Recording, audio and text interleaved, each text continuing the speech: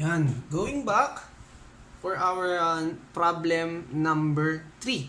Nako, nakalagay dito moderate. A pump, ito yung problem A pump with a 400 mm diameter suction pipe and a 350 mm diameter discharge pipe is to deliver 20,000 liters. Ang laki nun. Per minute of 15.6 degrees water. Calculate the pump head in meters if suction gauge is 7.5 cm below pump center line. Suction gauge yan And reads 127 mm HG vacuum and discharge gauge is 45 cm above the pump center line and reads 75 kPa. Nako, parang mahirap paano kaya natin to solve? The best way, i-drawing natin. Okay? I-drawing natin siya. So, number 3. Sabi dito, meron tayong suction gauge 7.5 cm below the pump center line. Okay. Tapos, meron tayong discharge gauge na 45 cm above pump center line. So, pagpalagay natin, ito yung ating pump center line. Okay? This is the discharge. This is the suction. Mas maliit nga lang siya. Okay? Meron tayong size dito na lista natin. The size will be suction pipe. 400 mm diameter suction pipe. So, divide na natin kagad ng 1,000. So, para maging in meters na agad siya, 0.4 meters. Tapos, meron kang discharge na 350 mm diameter. So, 350 mm diameter ng discharge. Divide na agad natin ng 1,000. 0.35 meters. Now, ito daw, above pump center line, 7.5 cm. 7.5 cm above pump center line. Below pump center line. Tapos ito naman, above pump center line, 45 cm. So, 0.45 meters. Ito naman, 0.075 meters. Now, nakuha na natin. Meron tayong mga discharge pressure na. Ito muna, suction pressure na. Suction pressure. Suction gauge reads vacuum 127 mm Hg vacuum. Lista muna natin. Dito naman, yung pressure discharge is 45 cm 75 kPa. 75 kPa. Now, ang hinahanap is the total head in meters. Now, ano ang pinakamabisang paraan para ma-solve natin siya? The best way for us to solve this is to determine yung heads. Okay? Unahin muna natin yung sa pressure head. Kasi mahaba to pag kinonvert mo yung vacuum. Sunod-sunod. Okay? So, pwede naman natin siyang isolve sabay-sabay. Pero, matagal na So, isa-isayin natin. So, the pressure head, for your pressure head, solve muna natin. Okay? Meron kang pressure ni discharge minus pressure ni suction divide by gamma. Okay, lista natin siya. So, PDPS. PD and PS is PD, discharge mo is 75 kPa. Parang may kulang. Dapat this will be 175 kPa. I-check ko ulit sa given Mali ata ako ng kopya dito. Yes, 175 kPa dapat to.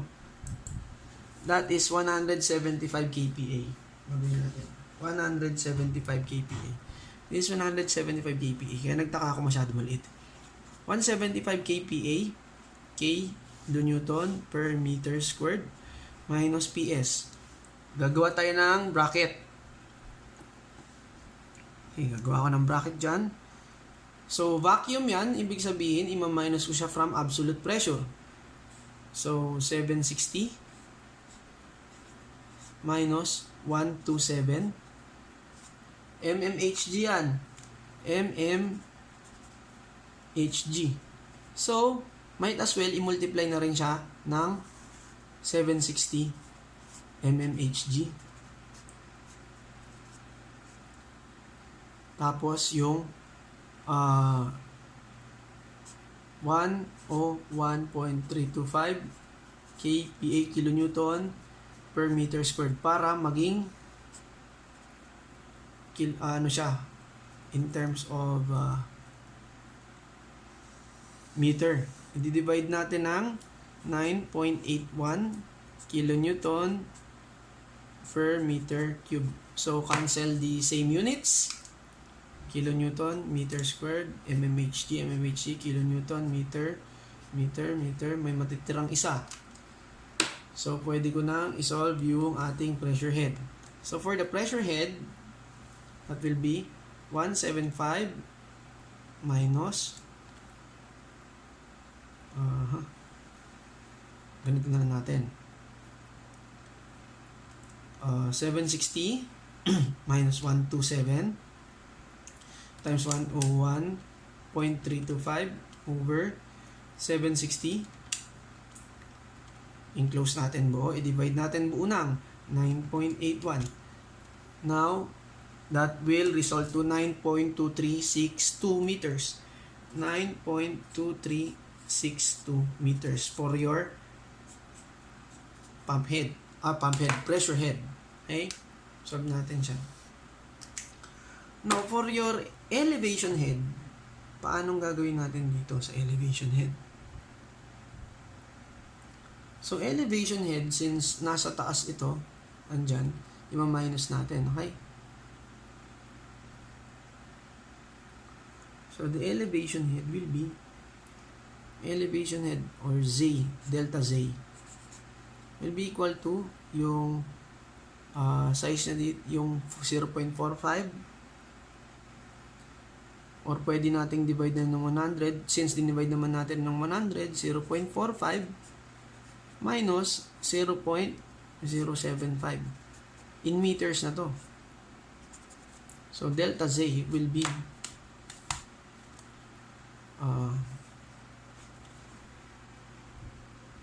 kita ba? Check ko lang kung nakikita siya. Yes, kita siya. So, 0.45 minus 0.075. Decimal lang yan. 3/8 or 0.375.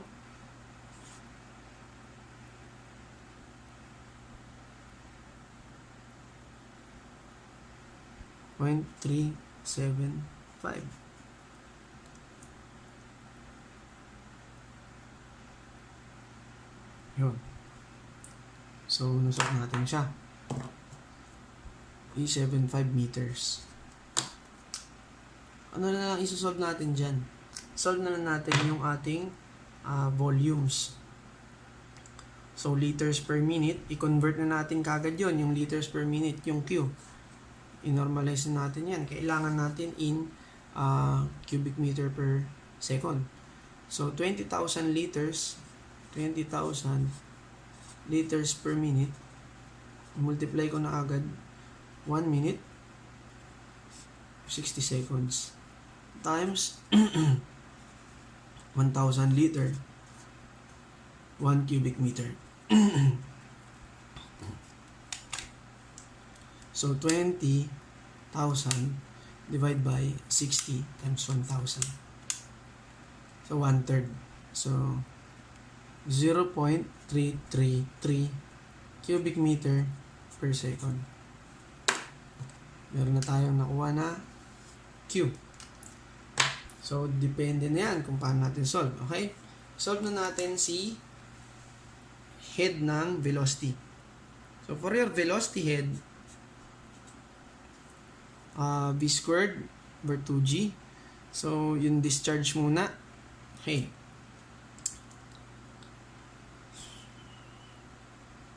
Meron tayong Q, A, V. So, V ang hinahanap natin. So, recall natin yung mga pinag-aralan natin to solve for V. This will be 4 times yung Q, which is 0.333. Tanggalan ko na ng unit kasi meters din naman ang labas niyan. V, multiply natin ng yung pi, d squared, which is 0.35. Squared natin. Square din natin to. Minus yung suction. Okay? 4 multiplied by 0.4033 all over pi d squared, which is 0.4 squared. Square pa rin natin yung labas.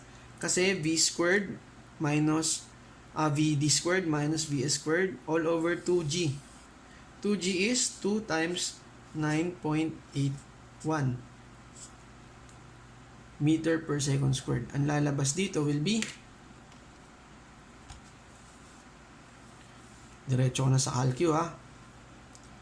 So this will be 4 times 0.333 over shift pi times 0.35 squared. Square din natin yan kasi naka-square yung velocity. So 4 times 0.333 over shift pi.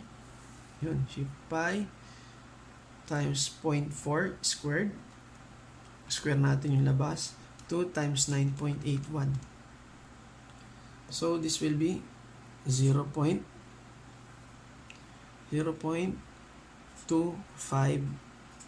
meters. So i-total natin lahat sila. Okay. Total natin yung lahat ng values nito. Ito. The head total will be, total natin. Okay? Unahin natin to, si delta Z. 0.375 plus, sunod natin to, si V. Ayun. Balik ko lang sa position. Tignan natin kita. Inuna ko si 0.375. Isusunod ko si velocity head, 0.253 plus 9.2362. So, this will be equal to 9.8642 meters. Approximately 10 meters. Solve na natin si number 3. This is a moderate question. So, kaya nating isolve, di ba? So, believe lang kayo dapat sa sarili nyo kasi ang sarili nyo wala naman limit yan. Lalo na pag ginagamit nyo yung inyong kokote. Sa lahat ng tinuro ko, mauulit at mauulit lang yan throughout the pumps. Okay. So, for number 4. For problem number 4, this is an easy type question. Okay. Anong hinahanap dito? So, the problem is read like this. Okay? Tignan nyo. A 207.50 kilogram of 15 degrees centigrade water are pumped each minute to 55 meter of, ibig sabihin may pipe length ka na 55 meters of 150 millimeter diameter pipe. The pipe has a Darcy friction factor. Yan yung sinasabi ko noon na laging given si Darcy. Kapag binigay si Darcy or hindi binigay, nagbigay lang ng friction factor, Darcy na agad ang iyong gagamitin. So, ang Darcy factor na is 0.02. The water is moved vertically paakyat daw, 13 meters. The pump efficiency is 76%. What power must be delivered by the shaft? Nako, mukhang mukhang hardcore to. Mahirap kaya to? Tingnan natin.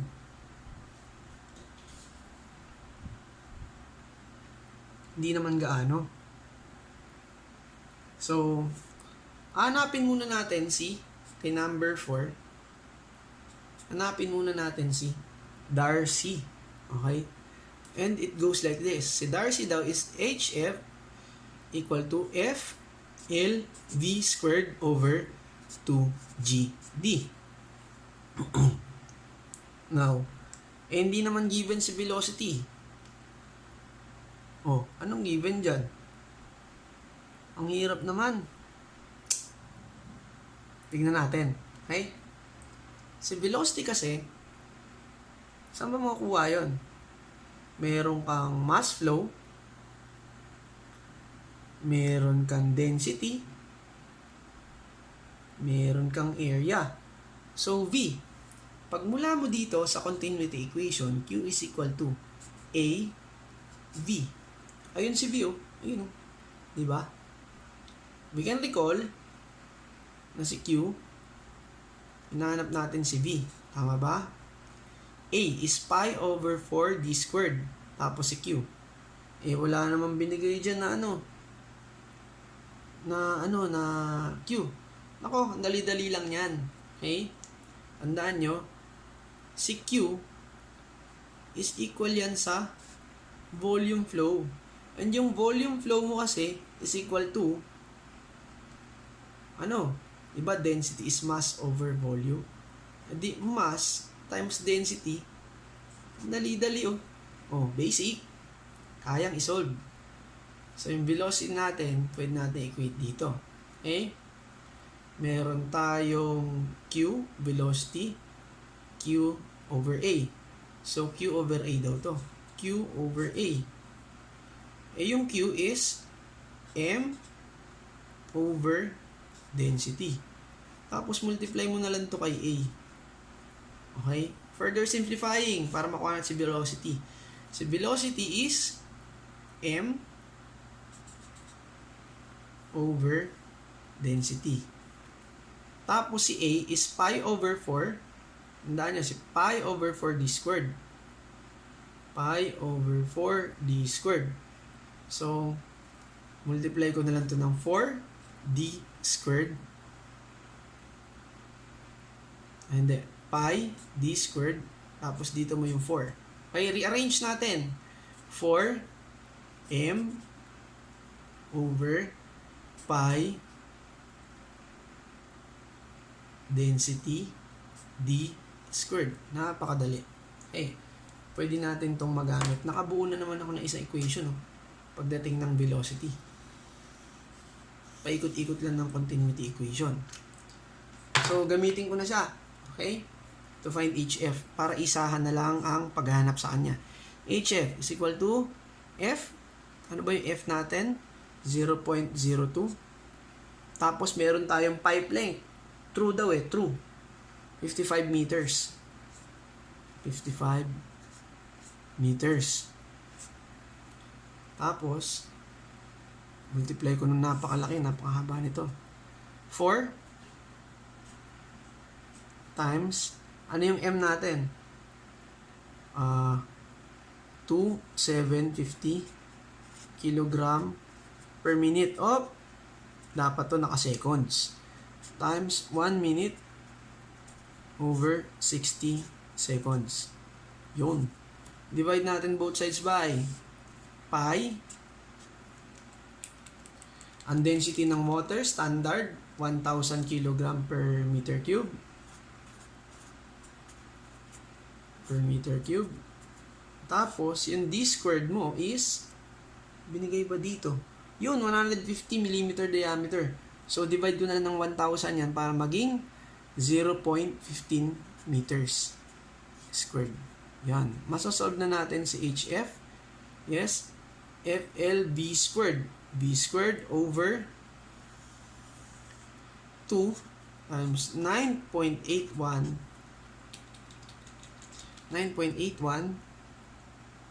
meters per second squared. Yun yung G. And yung D is 0.15 ulit meter. Yan. Solve ko na. So, isang pindutan lang to. Solve ko lahat siya. Okay.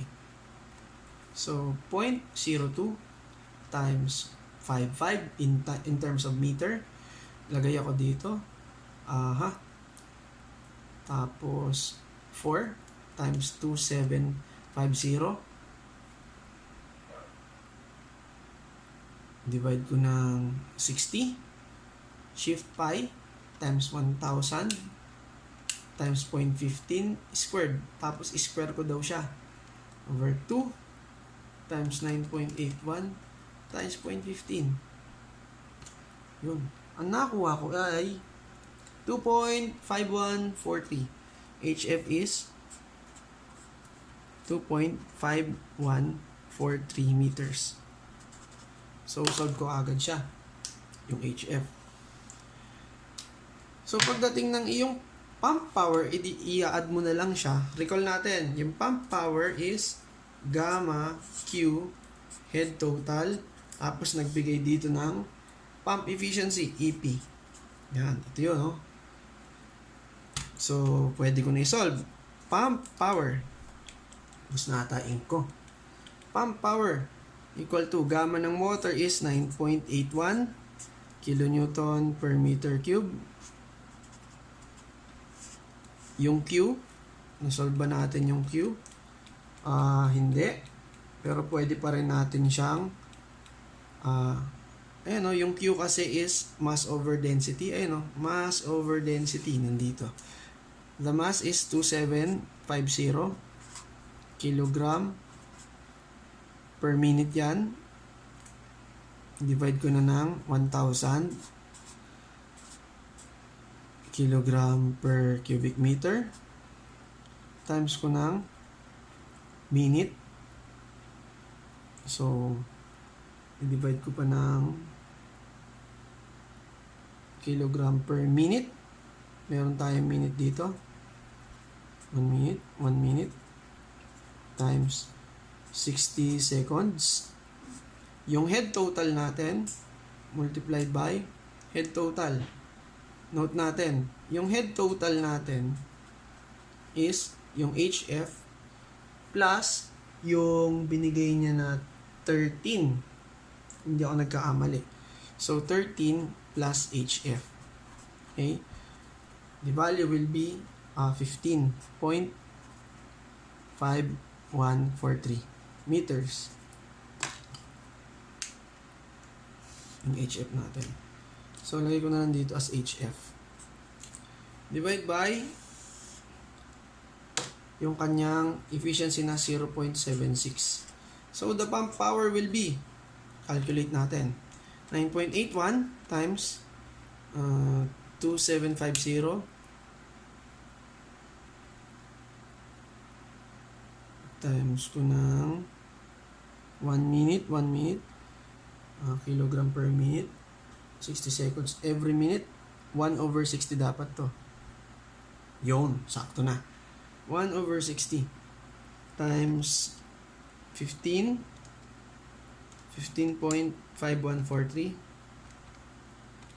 over 60 times 1,000 times 0.76 in kilowatts. What will be the answer? 9.178 kilowatts. Yan ang ating answer. Napakadali lang. Paksiw. So, nasolve natin uli siya. Hindi siya mahirap, okay? Basta tatandaan mo lang yung procedure para magawa siya. Okay? So, we'll go with the next number.